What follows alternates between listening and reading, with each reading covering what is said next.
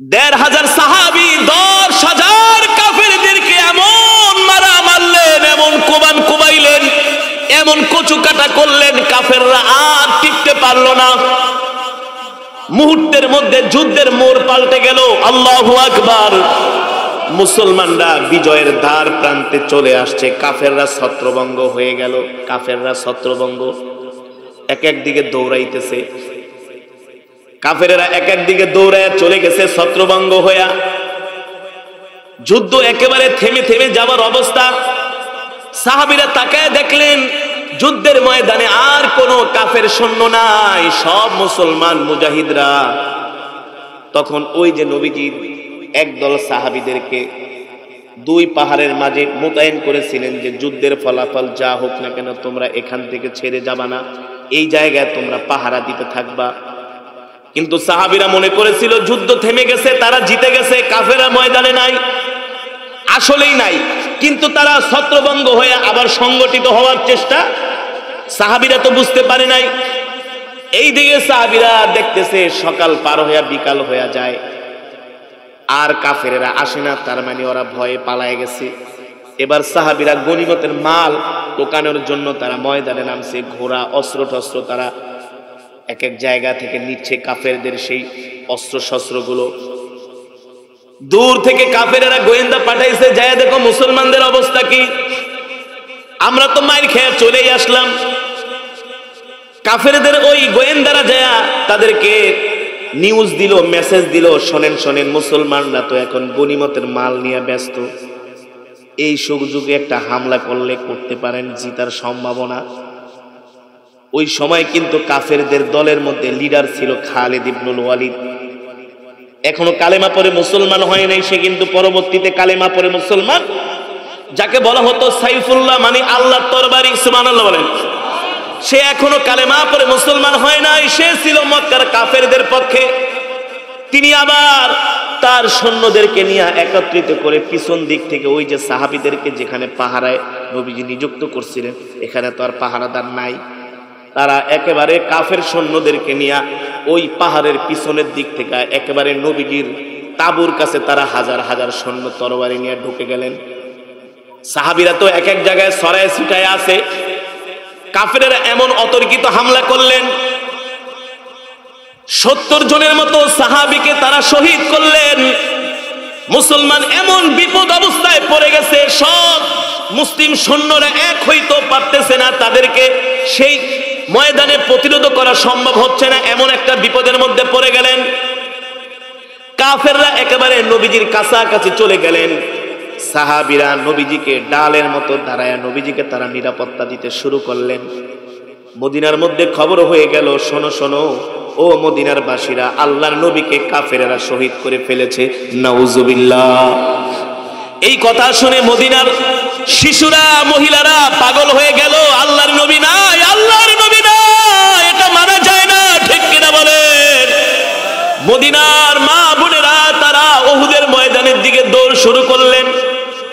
ওইদিকে রাসূলের প্রিয় সাহাবী হযরত তালহা রাদিয়াল্লাহু তাআলা আনহু নবীজির সামনে দাঁড়ায় দাঁড়ায় তীর মারতেছেন। নবীজিকে বলতেছেন, গো আল্লাহর নবী, আপনি আমার পিছে দাঁড়ান, যদি কাফেরেরা তীর মারে আমার গায়ে লাগবে, কিন্তু আল্লাহর নবীর গায়ে আমি একটা তীরও লাগতে দিব না।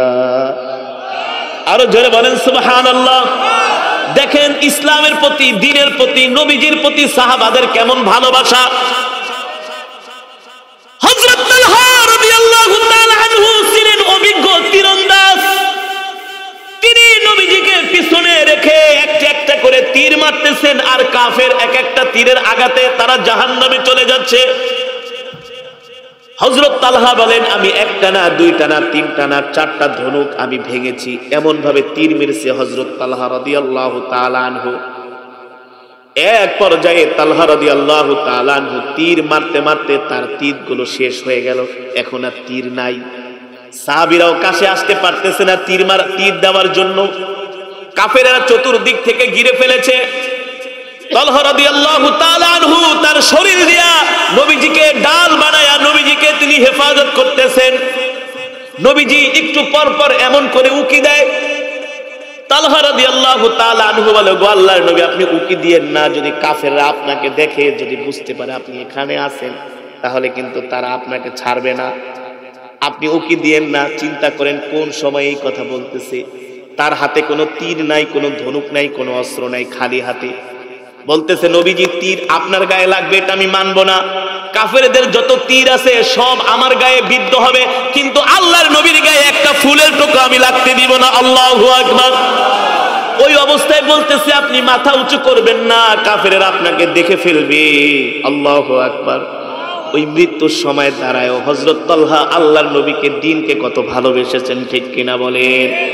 কাফেররা তীর মারতেছে, তীর মারতেছে, তীর মারতে মারতে একটা না, দুইটা না, তিনটা না,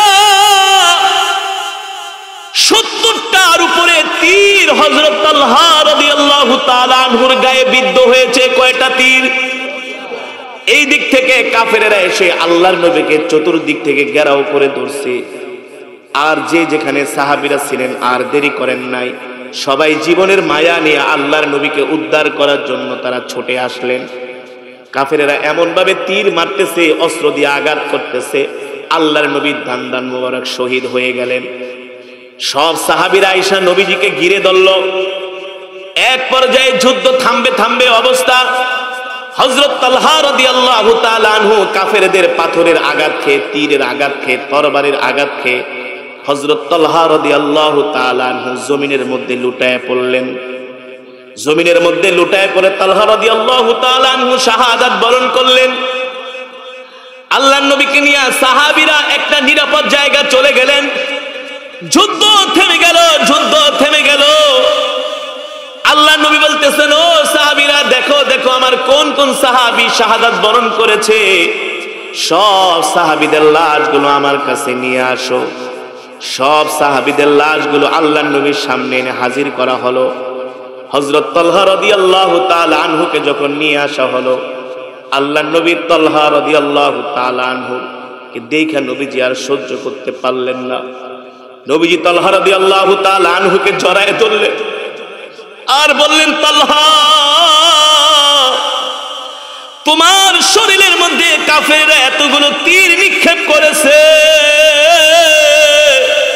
তুমি একটা তীরও আমার গায়ে লাগতে দাও নাই গো তালহা। তুমি আমাকে এত ভালোবেসেছো, এত ভালোবেসেছো, তোমার জীবন বাজি রেখে তুমি আমাকে হেফাজত করেছো। এই কথা বলে আল্লাহর নবী কান্না করতেছেন, আল্লাহর নবী কান্না করতেছেন। আল্লাহর নবীর কান্না দেখে আল্লাহ তাআলা সহ্য করতে পারলেন না, জিবরাইল আলাইহিস সালামকে পাঠায় দিলেন। জিবরাইল আলাইহিস সালাম আয়েশা বলে, গো আল্লাহর নবী, আপনি কান্না করবেন না, কান্না করবেন না। আল্লাহ তাআলা আপনার জন্য সুসংবাদ পাঠিয়েছেন, আল্লাহ তাআলা আপনার জন্য সুসংবাদ পাঠিয়েছেন। উহুদের ময়দানে আপনার সাহাবীরা জীবন দিয়েছে, উহুদের ময়দানে আপনার সাহাবীরা শাহাদাত বরণ করেছে, উহুদের ময়দানে আপনার সাহাবীরা রক্ত ঝরিয়েছে, উহুদের ময়দানে আপনি দান মোবারক শহীদ করেছেন। ওগো আল্লাহর নবী, কিছু সময়ের জন্য আপনারা বিপর্যস্ত হয়েছেন, আপনাদের রক্ত ঝরেছে, আপনার সাহাবীরা শাহাদাত বরণ করেছে। আপনি মন খারাপ করবেন না, ভেঙে পড়বেন না। এই উহুদের যুদ্ধের কারণে আল্লাহ তাআলা আপনাদেরকে দুনিয়ার জমিনে বিজয় দান করবে। আরো জোরে বলেন সুবহানাল্লাহ। নবীজি নিজের হাত মোবারক দিয়া তালহা রাদিয়াল্লাহু তাআলা আনহুর শরীর থেকে তীরগুলো টেনে টেনে বের করছেন। চিন্তা করা যায়? যুবক, আল্লাহর নবীর সাহাবীরা আল্লাহর দ্বীনের জন্য ময়দানে যে কাফেরদের তীরের আঘাতে শাহাদাত বরণ করে নিজের জীবন দিয়ে দেয়, আর তোমরা আর্জেন্টিনা ব্রাজিলের পতাকা লাগাইতে যায় গাছ থেকে পইরা মইরা যাও, বিদ্যুতের শর্ট খায়া মইরা যাও। হ্যাঁ, ঠিক কিনা বলেন? আবার তোমরা মেসির জার্সি পইরা ঘোরো, ব্রাজিলের জার্সি পইরা ঘোরো, তোমাদের গায়ে মেসি আর ব্রাজিলের জার্সি দেখা যায়, কিন্তু আল্লাহ রাসূলের সুন্নাত তো তোমাদের মধ্যে পাওয়া যায় না। আল্লাহ রাসূলের সুন্নাত তোমাদের মধ্যে, অথচ নবীজি কি বলছেন? লা ইউমিনু আহাদুকুম হাত্তা আকুনা আহাব্বা ইলাইহি যে হাদিস দিয়ে আমি আমার বয়ান শুরু করেছিলাম, এই হাদিসের মধ্যে আল্লাহর নবী বলছেন, ও আমার সাহাবীরা, আমার উম্মতকে বলে দিও, ততক্ষণ পর্যন্ত তারা মুমিন হতে পারবে না যতক্ষণ পর্যন্ত তাদের জান মাল, সন্তান সন্ততি, স্ত্রী পুত্র, দুনিয়ার সব কিছুর চাইতে যতক্ষণ পর্যন্ত আমি নবীকে ভালোবাসতে না পারবে ততক্ষণ পর্যন্ত তারা মুমিন হতে পারবে না। ঠিক কিনা বলে? মুমিন হতে হলে দুনিয়ার সব কিছুর চাইতে আল্লাহর নবীকে ভালোবাসতে হবে। মুমিন হতে হলে দুনিয়ার সব কিছুর চাইতে আল্লাহকে ভালোবাসতে হবে। দুনিয়ার সব কিছুর চাইতে দ্বীন ইসলামকে ভালোবাসতে হবে। ঠিক কিনা বলে? তাহলে ম্যাক্সিমাম মানুষ, ম্যাক্সিমাম যুবক এই ফুটবল খেলার জন্য নামাজ কাজা করে। কি কাজা করে? দেখবেন আর্জেন্টিনা ব্রাজিলের খেলা যদি রাত 1টা বাজে হয়, একজন যুবকও ঘুমাইব না। একজন যুবক কি করবে না? ওয়াজ মাহফিল তো বাদই দিলাম, ঘুমাবে না, খেলা দেখবে। খেলা দেখবে। ঘুম বাদ দিয়ে খেলা দেখতে পারো, তাহলে ঘুমটা বাদ দিয়ে ফজরের নামাজটা পড়তে পারো না? হ্যাঁ বলেন, কথাগুলা কি আমি সঠিক বলছি নাকি বেঠিক? কথাগুলোকে আমি যুক্তিসঙ্গত বলছি নাকি অযৌক্তিক বলছি? তোমার খেলার জন্য যদি এত মায়া হয়, খেলোয়াড়দের জন্য যদি তোমার এত মায়া হয়, ইহুদি খ্রিস্টানদের জন্য যদি তোমার এত ভালোবাসা উতলে পড়ে, রাসূলের হাদিস, মান তাশাব্বাহা বিকওমিন ফাহুয়া মিনহুম, যার সাথে যার সম্পর্ক হবে তার সাথে তার হাসর নাসর হবে। মেসি মারা যাওয়ার পর কোথায় যাইব? বেহেশতে। যারা বলেন, তোমার দাদা নেইমার, রোনাল্ডো সবগুলারে লাইতে লাইতে জাহান্নামে নিয়ে যাবে। কথা কয় না? কথা কয় না? না আবার কিছু কিছু মানুষ কর, না হুজুর আমার খেলোয়াড় তো সে বেহেশতে যাবে। ওই যে আজকে এক মূর্খ কয় সৌদি আরব বলে আল্লাহর দল, নাউজুবিল্লাহ। কিভাবে এই দেশের মানুষ আল্লাহর দল, আল্লাহ জিতাই দিচ্ছে, হারাম। কি? আরে গরুর সোনা, সোনা বুঝেন তো? গরুর মুচ, খাস বাংলা, 1 লিটারও হারাম, 1 ফোঁটাও। হ্যাঁ, প্রস্রাব 1 বোতলও হারাম, 1 সিটাও হারাম। 1 সিটার আপনি হালাল করতে পারবেন না। 1 বোতলও যেমন, 1 সিটাও যেমন। সুদের টাকা 1 টাকাও হারাম, লাখ টাকাও। ফুটবল খেলা, ক্রিকেট, যত বাজি খেলা আছে, হার জিতের খেলা আছে, সব হারাম। হারাম, হালাল করার কোনো জায়েজ নেই। আজকে বাংলাদেশের যুবকরা খেলা দেখে, এটা করে সেটা করে। আরে আমাদের যে টাকা পয়সা আছে, আমরা তো যে কাতারের টিকিট কেটে খেলা দেখতে পারতাম, পারতাম না? আমাদের মধ্যে কি শখ আহ্লাদ নাই? কথা কয় না? আরে আমরা হুজুর মানুষ দেখে কি আমাদের মধ্যে কি আনন্দ ফুর্তি নাই? সবাই আছে না? আল্লাহি বিল্লাহি তাল্লাহি, যেদিন থেকে ফুটবল খেলা শুরু হয়েছে, কোন দিন মন দিয়া একটা ফুটবল খেলার নিউজও পড়ি নাই। 2-1টা ক্যান পড়ি, না পড়লে তো আবার ওয়াজ মাহফিল আইসা লেকচার দেওয়া যাবে না। আমার তো লেকচার বানাইতে হইব। সিরাজাম মুনীরা, আম্মা বা'দ, ফাআউযু বিল্লাহি মিনাশ শাইতানির রাজীম। বিসমিল্লাহির রাহমানির রহিম। লাকাদ জাআকুম রাসূলুম মিন আনফুসিকুম আযীযুন আলাইহি মা আনিতুম হারিসুন আলাইকুম বিল মুমিনিনা রাউফুর রহিম। فإن تولوا فقل حسبي الله لا إله إلا هو عليه توكلت وهو رب العرش العظيم. وقال رسول الله صلى الله عليه وسلم لا يؤمن أحدكم حتى أكون أحب إليه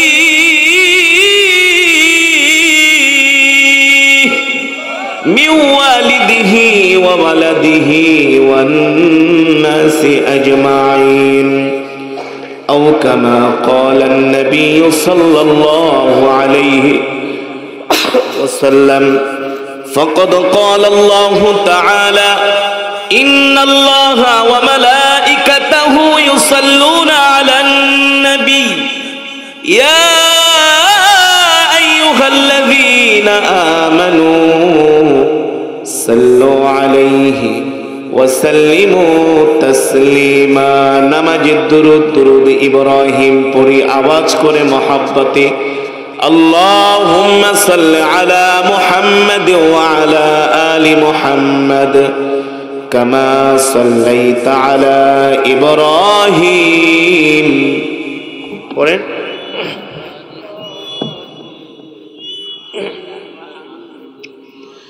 কেউ যদি নবীজির নামে একবার দুরূদ শরীফ পড়ে আল্লাহ তাআলা তার উপরে 10 বার রহমত নাজিল করে মান সাল্লা আলাইয়া ওয়াহিদান সাল্লাল্লাহু আলাইহি ওয়াসাল্লাম 10 আল্লাহু আকবার বলেন কেউ যদি নবীজির প্রতি একবার দুরূদ শরীফ পড়ে আল্লাহ তাআলা সাথে সাথে তার 10টা গুনাহ maaf করে দেয় কয়টা গুনাহ 10টা গুনাহ maaf করে দেয়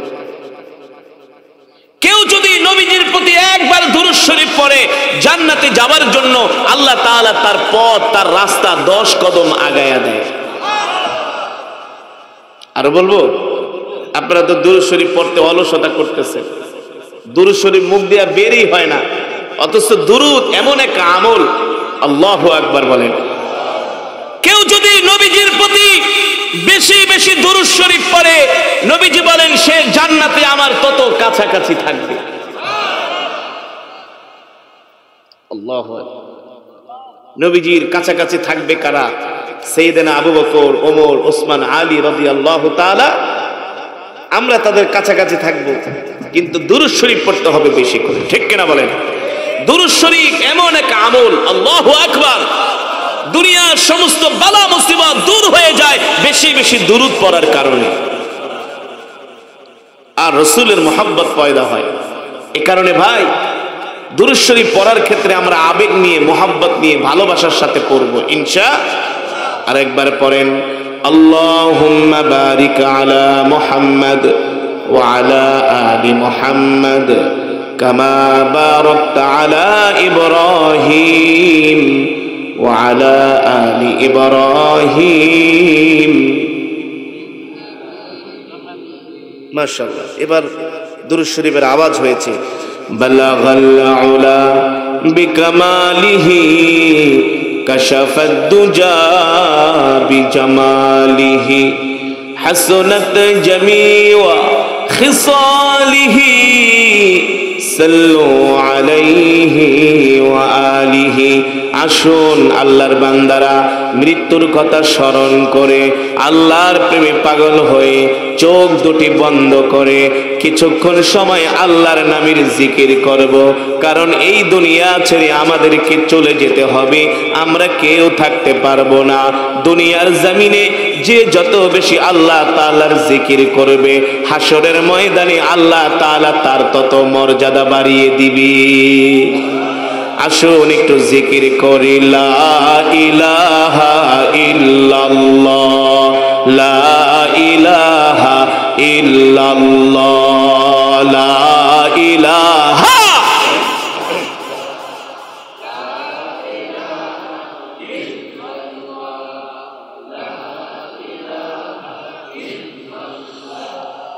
লা ইলাহা ইল্লাল্লাহ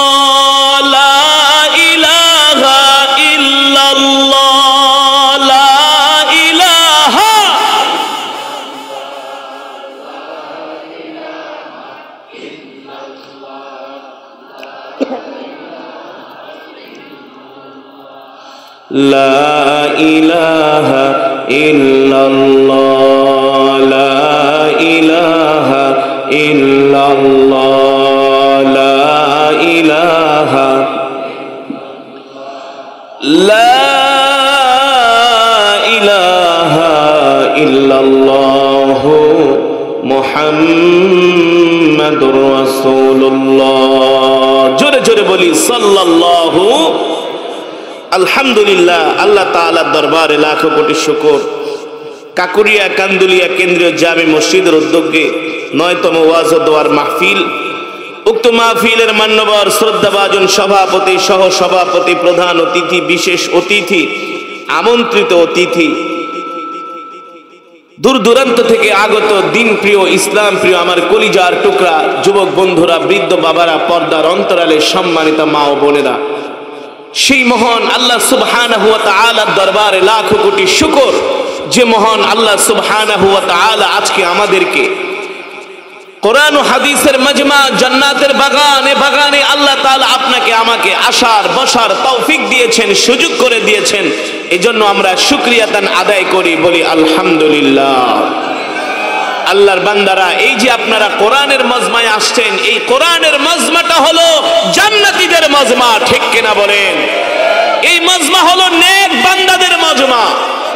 এই মজমার মধ্যে অনেক হাজী সাহেবানরা আছে, কোরআনে হাফেজরা আছে, আলেমরা আছে, এমন এই মজমার মধ্যে আল্লাহর পেয়ারা বান্দারা আছে যারা প্রতিদিন তাহাজ্জুদের নামাজ পড়ে, প্রতিদিন জিকির করে, কোরআনের তেলাওয়াত করে, ঠিক কিনা বলেন? এই মজমা হলো আসমানের নিচে জমিনের উপরে সবচেয়ে দামি মজমা, সবচেয়ে দামি। এই মজমায় থাকার জন্য, নেক বান্দাদের সাথে থাকার জন্য আমাদের জাতির পিতা নাম কি? ইব্রাহিম খলিলুল্লাহ। আমাদের জাতির পিতার নাম ইব্রাহিম খলিলুল্লাহ। আল্লাহ তাআলার কাছে দোয়া করেছিলেন, রব্বি হাবলি হুকমা ওয়া আলহিকনি বিসসালিহিন। আয় আমার রব, আপনি আমাকে নেক বান্দাদের অন্তর্ভুক্ত করুন। সুবহানাল্লাহ বলেন, আরো জোরে সুবহানাল্লাহ বলেন। পয়গম্বর ইউসুফ আলাইহিস সালাম আল্লাহ তাআলার কাছে দোয়া করেছিলেন, হায় আমার রব, ইয়া রব, রব্বি হাবলি হুকমা ওয়া আলহিকনি বিসসালিহিন ওয়া আলহিকনি বিসসালিহিন। আল্লাহ আপনি আমাকে নেক বান্দা, সৎ বান্দাদের অন্তর্ভুক্ত করুন। আল্লাহু আকবার। এই মজমার মধ্যে যারা আছে নেক বান্দা, আপনারা যারা আছেন আল্লাহর পেয়ারা বান্দা, আপনারা এই মজমায় দুনিয়ার কোন তোবারকের আশায় আসেন নাই, 500 টাকার জন্য আসেন নাই। এই মাহফিলের শেষে আপনাদেরকে খাবার দেওয়া হবে, এই জন্য আপনারা আসেন নাই, একমাত্র আল্লাহ আল্লাহ রাসূলের জন্য এসেছেন, ঠিক কিনা বলেন? রাসূলের হাদিস অনুযায়ী আপনারা হলেন নেক বান্দা। সুবহানাল্লাহ বলেন। এই নেক বান্দাদেরকে সিনেমা হলে পাওয়া যায় না, এই নেক বান্দাদেরকে ফুটবল খেলায় পাওয়া যায় না, এই নেক বান্দাদেরকে নাটক দেখার জন্য, জুয়া খেলার জন্য পাওয়া যায় না, ঠিক কিনা বলেন? এই নেক বান্দাদের পাওয়া যায় মসজিদে, এই নেক বান্দাদের পাওয়া যায় কোরআনের মজলিসে, ঠিক কিনা বলেন? তো আপনারা এই মজমায় আসতে পেরে খুশি নাকি বেজার? জোরে বলেন, খুশি নাকি বেজার? ও যুবক, ও মুসলমান, তুমি মনে রেখো, আল্লাহ তোমাকে আমাকে এমনি এমনি সৃষ্টি করে নাই। তোমাকে আমাকে সৃষ্টি করার পিছনে আল্লাহর উদ্দেশ্য রয়েছে, একটা কারণ রয়েছে। সেই উদ্দেশ্য হলো একমাত্র আল্লাহর গোলামি করতে হবে। কার গোলামি? আরো জোরে বলেন, কার গোলামি? আল্লাহ তাআলা কোরআনের মধ্যে সে কথাই বলছেন, ও নবী আপনি বলে দেন, আফা হাসিবতুম আন্নামা খলাকনাকুম আবাসাও ওয়া আন্নাকুম ইলাইনা লা তুরজাউন। আল হিসবান অর্থ ধারণা করা, উপলব্ধি করা। আল্লাহ রাব্বুল আলামিন বলেন, নবী দুনিয়ার মানুষদেরকে বলে দেন তারা কি ভেবেছে, ধারণা করে আমি আল্লাহ তাদেরকে এমনি এমনি সৃষ্টি করেছি। আল্লাহ রাব্বুল আলামিন বলেন, না না না, আমি তাদেরকে এমনি এমনি সৃষ্টি করি নাই, আমি আল্লাহ তাদেরকে সৃষ্টি করার পেছনে আমার আল্লাহর উদ্দেশ্য রয়েছে। আল্লাহ তাআলা এই দুনিয়ার জমিনে আমাদেরকে পাঠিয়েছেন আল্লাহর গোলামি করার জন্য। এই দুনিয়ার জমিনে আল্লাহ পাঠিয়েছেন আল্লাহর ইবাদত করার জন্য। ও মুসলমান, ও যুবক, তুমি মনে করো না আল্লাহ তোমাকে হায়াতের জিন্দেগি দিছে, যৌবনের মতো এমন শক্তি দিছে, 60-70 বছরের জিন্দেগি দিয়া আল্লাহ আপনাকে আমাকে দুনিয়াতে পাঠাইছে। এই হায়াতের জিন্দেগিটা আমরা সিনেমা দেখা কাটায় দিব, নাটক দেখা কাটায় দিব, ফুটবল খেলা দেখা কাটায় দিব, শুধু দুনিয়ার পিছনে এই জীবনটা ব্যয় করব। আল্লাহ এই কারণে আমাদেরকে দুনিয়াতে পাঠায় নাই, আল্লাহ আমাদেরকে পাঠিয়েছেন একমাত্র তার গোলামি করার জন্য। কার গোলামি? আরো জোরে বলুন, কার গোলামি? আমি মাহফিলের শুরুতেই বলেছি, সিনেমা নাটক খেলা নিয়ে মুসলমানের যে আগ্রহ, যে আকাঙ্ক্ষা, যে ভালোবাসা, যে দরদ, এর 100 ভাগের 1 ভাগ থাকলেই মুসলমান মুমিন হয়ে যেত, ঠিক কিনা বলেন? আজকের পত্রিকায় দেখলাম আর্জেন্টিনার সমর্থকরা 6 গ্রাম মিলে, কয় গ্রাম, 31 লক্ষ টাকা খরচ করে আর্জেন্টিনার পতাকা বানাইছে। মানে 6টা গ্রাম পুরা ঘেরাও দিছে। খরচ কত? 31 লক্ষ টাকা। আরেক জায়গায় দেখলাম পুরান ঢাকায় আর্জেন্টিনার সমর্থকরা বুড়িগঙ্গায় বৈশাখ মিলাদ মাহফিলের আয়োজন করছে। আল্লাহ তুমি আমার দলরে জিতায় দাও। নাউজুবিল্লাহ বলেন। বানায় বলতেছি, জোরে বলেন। আরেক জায়গায় দেখলাম 5টা গরু নাকি জবাই দিবে আর্জেন্টিনা জিতলে। নাউজুবিল্লাহ বলেন। আরো জোরে নাউজুবিল্লাহ বলেন। আরেক মূর্খ কয় আল্লাহর দল আল্লাহ জিতাই দিছে। নাউজুবিল্লাহ বলেন। এগুলাকে ঝাড়ু দিয়া পিটাইতে হয়। এগুলা হলো বেঈমান, এগুলার ঈমান দুর্বল। ঠিক কিনা বলেন? ঠিক কিনা বলেন? ও মুসলমান, অথচ আল্লাহ বলতেছেন নবী দুনিয়ার মানুষদেরকে বলে দেন তাদেরকে পাঠাইছি আমার গোলামি করার জন্য। কেমন গোলামি? কেমন গোলামি? এই সমাজের মধ্যে এমন মুসলমান আছে জীবনেও কোনোদিন নামাজ পড়ে না, মসজিদেও যায় না, শুক্রবারেও জুমার নামাজ পড়ে না। রাসূলের হাদিস, কেউ যদি পর পর 3টা জুমার নামাজ মিস করে সে বেঈমান হয়ে যায়, তার ঈমান দুর্বল হয়ে যায়। ঠিক কিনা বলেন? তার ঈমানে প্যারালাইসিস হয়ে যায়। ঠিক কিনা বলেন? রাসূলের হাদিস, মান তারাকা সালাতাম মুতাআম্মিদান ফাকাদ কাফারা। যার মাঝে নামাজ নাই তার মাঝে দিন নাই। আর মুসলমান আর কাফেরের মাঝে পার্থক্য হলো নামাজ। এমন মুসলমান আছে সমাজের মধ্যে ঈদের নামাজও পড়ে না। বানায় বলছি, বানায় বলছি। নামাজের কথা বললে বলে তোমার নামাজ তুমি পড়ো, তোমার চাইতে আমার ঈমান দুর্বল। এরা হলো নাম্বার 1 ধোঁকাবাজ, কিবাজ। অথচ যুবক তুমি কি জানো এই দিনের জন্য আমার কলিজার টুকরা নবী উহুদের ময়দানে দান মোবারক শহীদ করেছেন? ঠিক কিনা বলেন? আমার নবী যুদ্ধের ময়দানে তার দাঁত মোবারক শহীদ করেছেন, কাফেরদের পাথরের আঘাত খেয়েছেন এই দিনের জন্য। ইসলামের ইতিহাসে একটা যুদ্ধ হয়েছিল, উহুদের যুদ্ধ। নাম শুনছেন? যারা মক্কা মদিনায় গেছেন উহুদ পাহাড় দেখেছেন, দেখছেন না? এই উহুদের ময়দানে 70 জন সাহাবী দিনের জন্য শাহাদাত বরণ করেছেন। কেমন যুদ্ধ, কেমন যুদ্ধ! মক্কার সব কাফেরেরা এক হয়ে গেছে। নবী আমার মক্কা থেকে, মক্কায় নবীজি 13 বছর পর্যন্ত নবীজি মক্কায় ছিল। কাফেরদের আঘাত সহ্য করতে করতে নবীজি জর্জরিত হয়ে গেছে। কেমন আঘাত! নবীজি রাস্তা দিয়ে হেঁটে যায়, হাঁটার চলার পথের মধ্যে কাঁটা বিছায় দেয়। নবীজি রাস্তা দিয়ে হেঁটে যায়, মক্কার কাফেরেরা আমার নবীর দিকে থুতু মারে। নাউজুবিল্লাহ বলেন। আমার নবী রাস্তা দিয়ে হেঁটে যায়, মক্কার যুবকেরা আমার নবীকে পাথর মারে। নবী আমার রাস্তা দিয়ে হেঁটে যায়, মক্কার কাফেরেরা আমার নবীকে জাদুকর বলে, মিথ্যাবাদী বলে। বলেন নাউজুবিল্লাহ। 1 বছর 2 বছর 3 বছর না 13টা বছর কষ্ট করেছেন মক্কায়। কয়টা বছর? আরো জোরে বলেন, কয়টা বছর? 13টা বছর আমার নবী কাফেরদের শত অত্যাচার, নির্যাতন, জুলুম সহ্য করেছেন। নির্যাতনের মাত্রা এত বেড়ে গিয়েছে, এত বেড়ে গিয়েছে যে আমার নবী কাফেরদের মার খাইতেছেন নবীর স্বার্থে না, একমাত্র আল্লাহর দ্বীনের জন্য। নবী আমার তায়েফের ময়দানে গেছেন, কাফেরেরা পাথর মেরে আমার নবীর শরীরটাকে ঝাঁঝরা করে দিয়েছে। পাথরের আঘাতে নবীজির শরীর মোবারকের মধ্যে কালো কালো দাগ হয়ে গেছে, বড় বড় দাগ। আম্মা জান আয়েশা একদিন নবীজিকে ডাক দিয়া বলেন, ওগো আমার কলিজার টুকরা স্বামী, ছোটবেলায় কি আপনার বসন্ত হয়েছিল কিনা? সরকারে দো আলম চোখের পানি ছেড়ে দিয়ে বলে, আয়েশা তুমি কেন বললা আমার বসন্ত হয়েছে? বলল, আপনার শরীরের মধ্যে এত বড় বড় কিসের দাগ? আম্মা জান আয়েশা তো আর জানে না। নবীজি চোখের পানি ছেড়ে দিয়ে বলে, আয়েশা আমার শরীরে বসন্ত তো দূরের কথা, আমার শরীর মোবারকের মধ্যে আল্লাহ তাআলা মশা মাছি বসাকে হারাম করে দিয়েছে। নবী যখন রাস্তা দিয়ে হেঁটে যায়, আকাশের মেঘমালা আমার নবীকে ছায়া দেয়। আরো আস্তে কোন সুবহানাল্লাহ।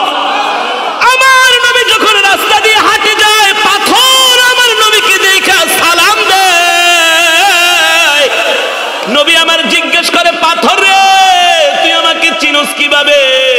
পাথর বলে কেন চিনবো না, আপনি তো শুধু মানুষের নবী না, আপনি আমাদেরও নবী। নবী আমার গাছের নিচে বসে, মৃত গাছ, এখন ওই গাছটা জর্দানের মরুভূমিতে আছে, সীমান্ত এলাকায়। নবী আমার মৃত গাছের নিচে বসে, নবীর বরকতে মৃত গাছ সাথে সাথে জিন্দা হয়ে যায়। ওই গাছকে বলা হয় সাহাবী গাছ। কিয়ামত পর্যন্ত এই গাছ আল্লাহ তাআলা গাছটাকে বাঁচায় রাখবে।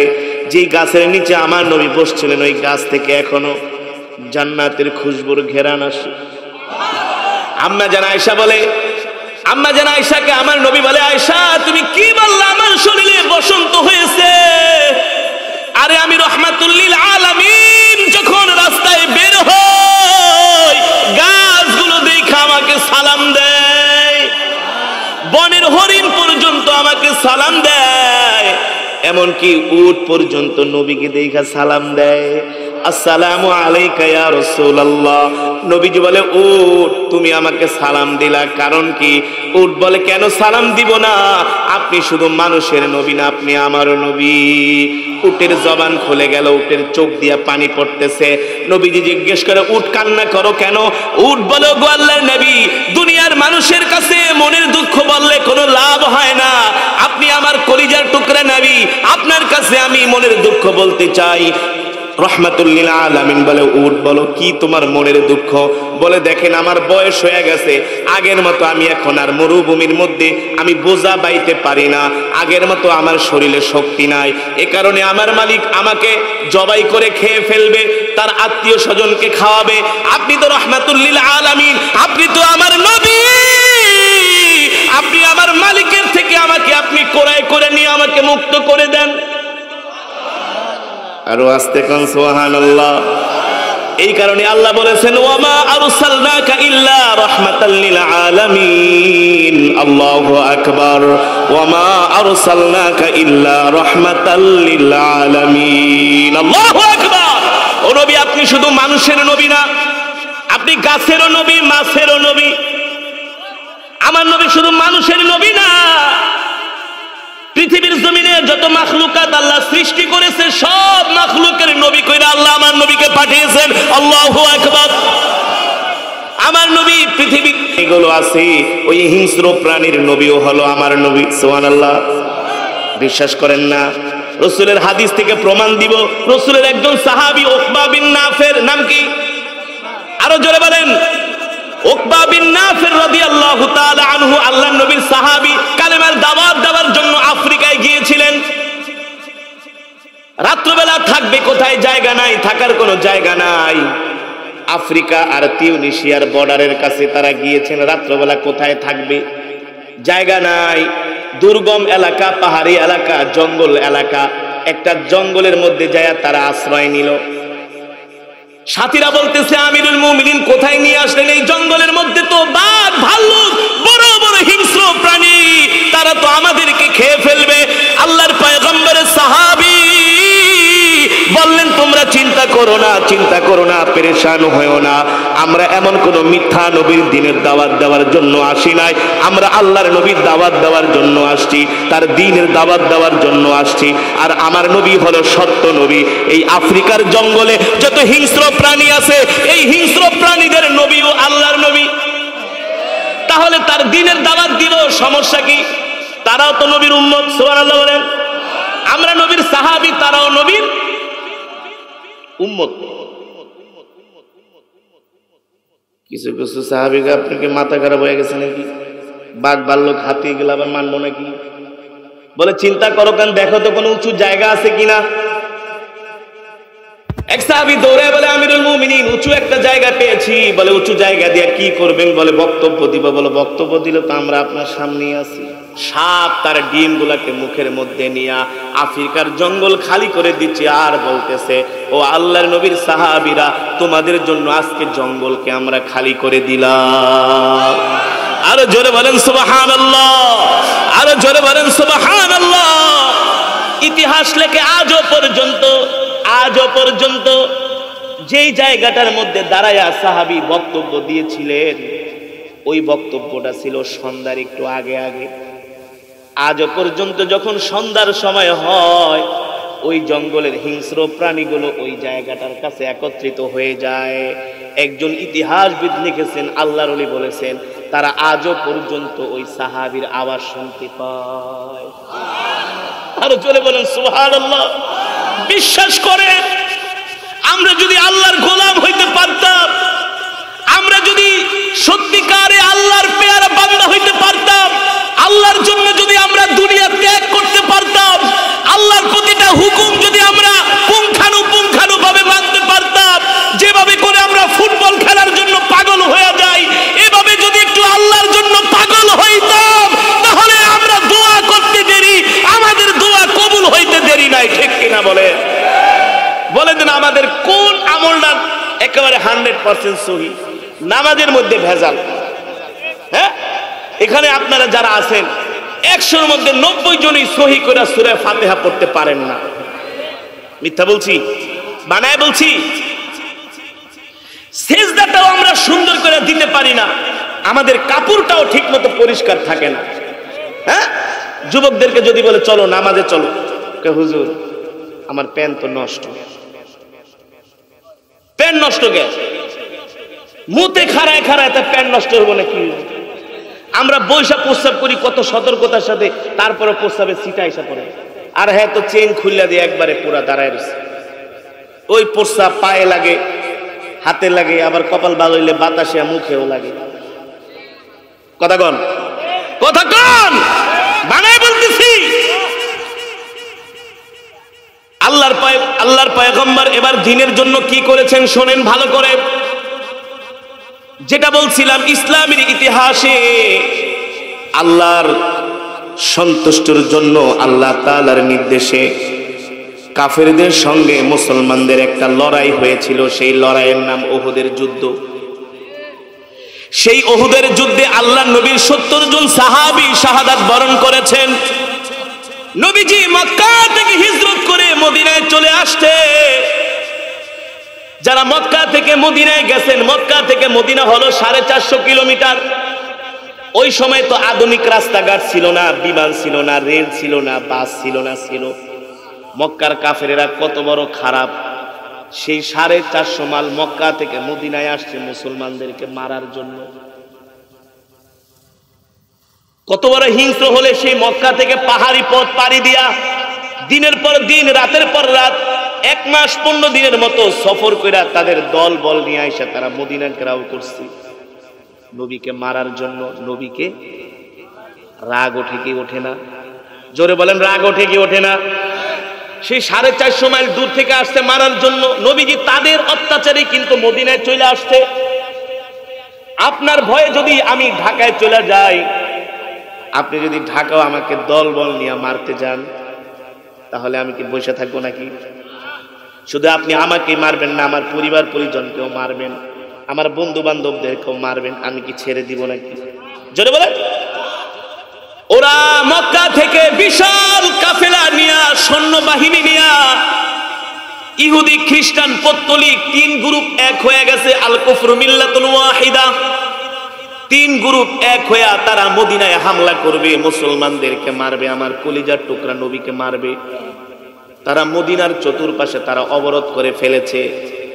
আর তারা দূত পাঠাইছে, যাও যাও মুহাম্মদকে বলো আমাদের কাছে আত্মসমর্পণ করতে, আমরা মক্কা থেকে আসছি, মুহাম্মদকে আমরা আর বাঁচায় রাখবো না। বলেন নাউজুবিল্লাহ।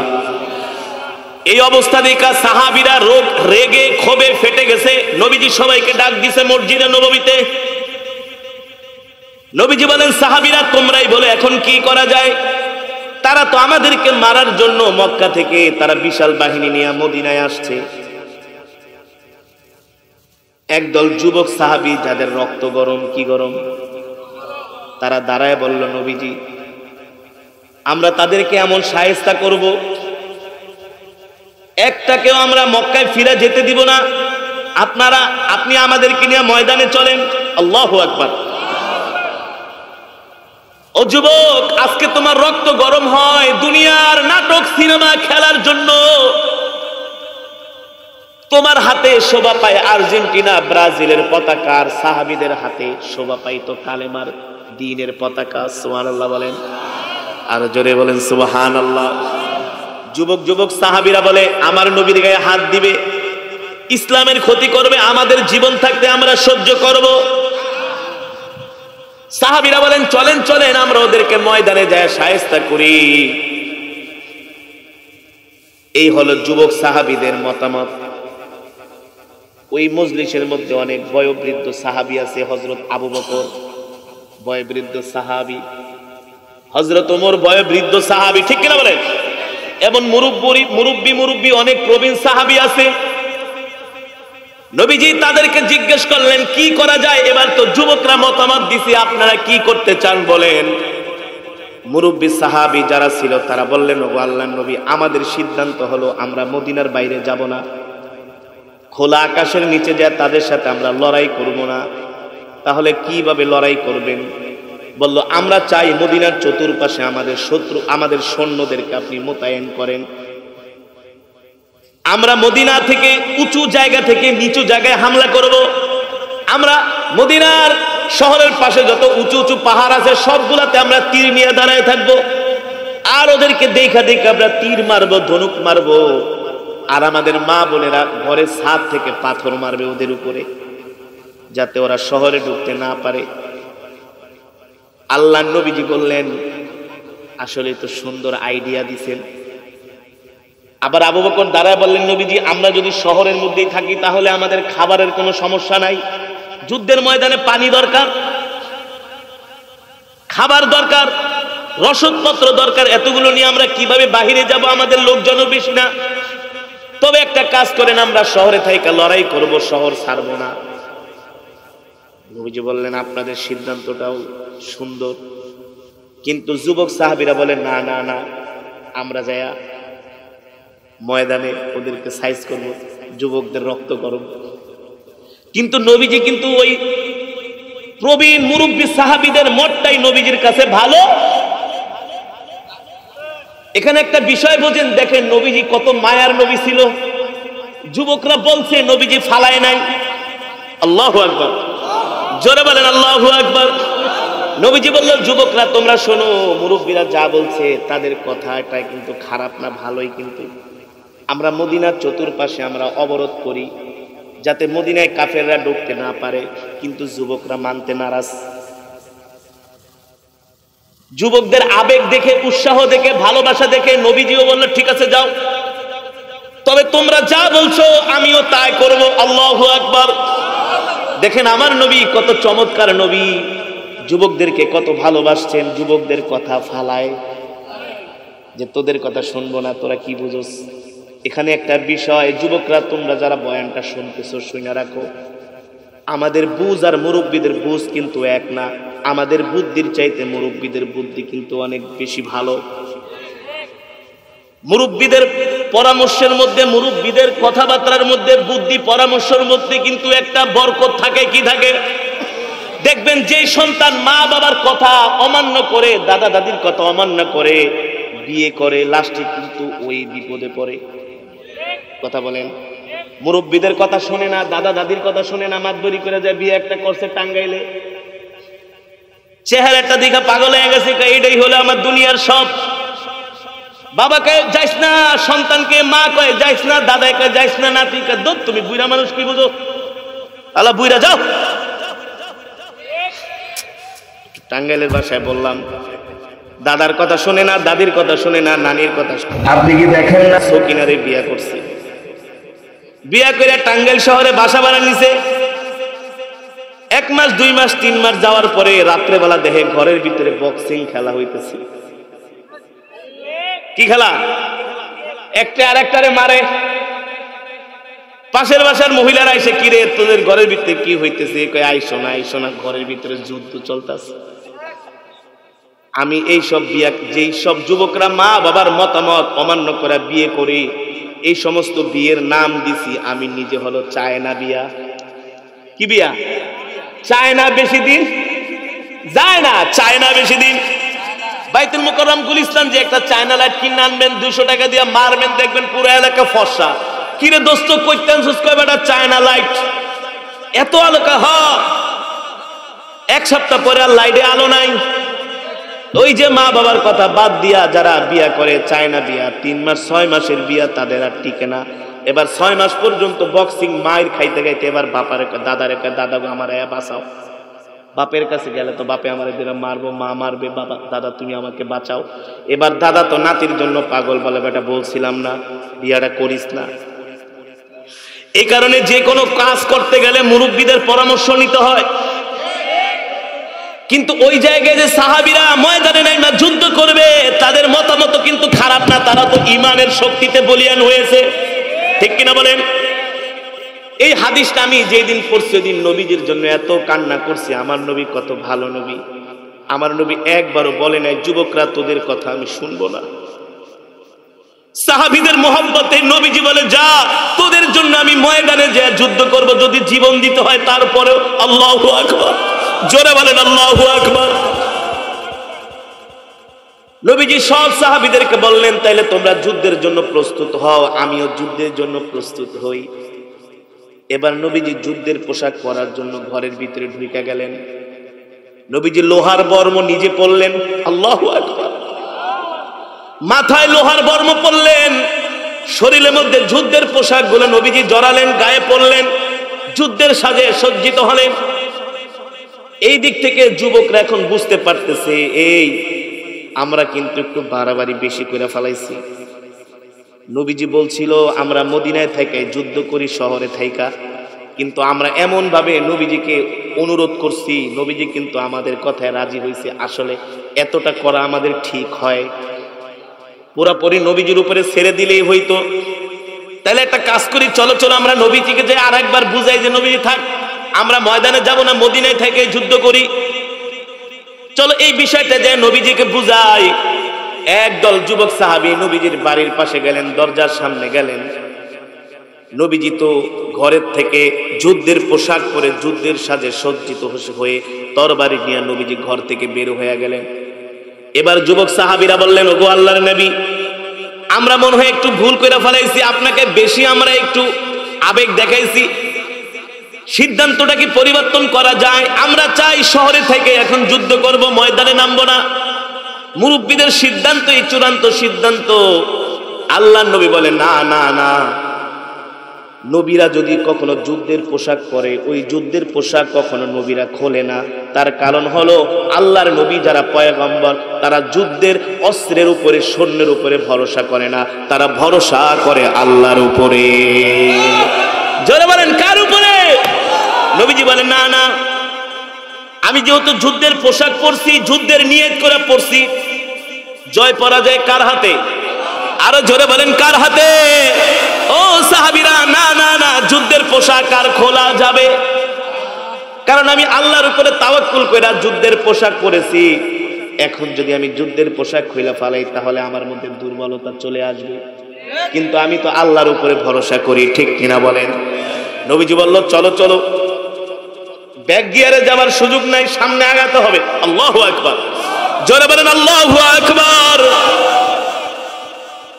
প্রায় 10,000-এর উপরে মক্কা থেকে কাফেররা এসেছে, সৈন্য এসেছে 10,000, আর মুসলমানদের সংখ্যা মাত্র 1 থেকে 1,500। কয় হাজার?